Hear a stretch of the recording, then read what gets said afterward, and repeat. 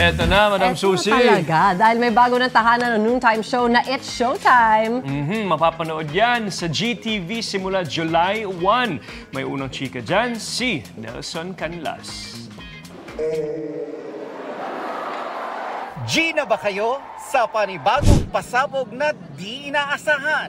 Ang longest-running noontime show ng Kapamilya Network malapit nang mapanood sa Kapuso Channel na GTV. Yan ang good news na ibinalita ng noontime variety show na It's Showtime. Sa post ng programa, makikita ang photo ng Showtime family na may caption na Madlang People. Gina ba kayo?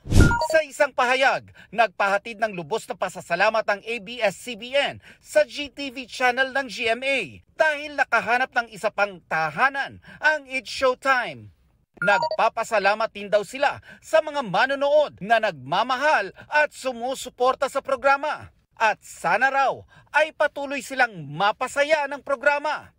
Bilang tugon, sinabi ni GMA Chairman and CEO Attorney Felipe L. Gozon na ikinagagalak ng GMA na mabigyan ng bagong tahanan ang It's Showtime. Magkakaroon daw ng malaking contract signing event para dito.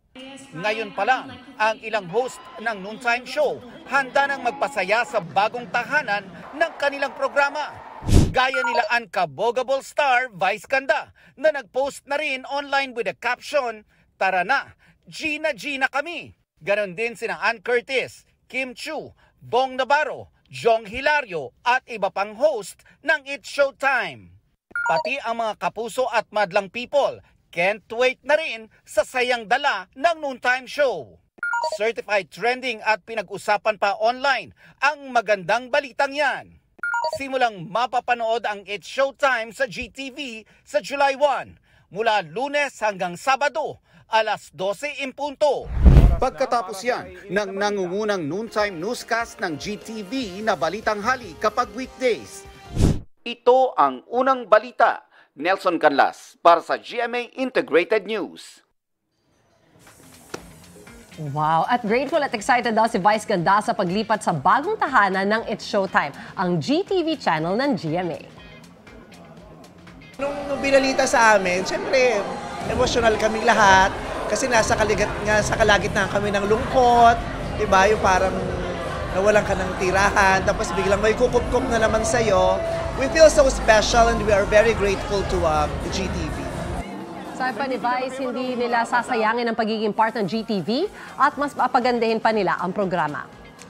Nag-message daw sa kanila ang ilang mga kapuso friends nang lumabas ang balita. Kwento ni Vice, very exciting ang mga pangyayari. Igan, mauna ka sa mga balita. Panoorin ang unang balita sa unang hirit at iba pang award-winning newscast sa youtube.com/GMA News. I-click lang ang subscribe button. At sa mga kapuso abroad, maaari kaming masubaybayan sa GMA Pinoy TV at www.gmanews.tv.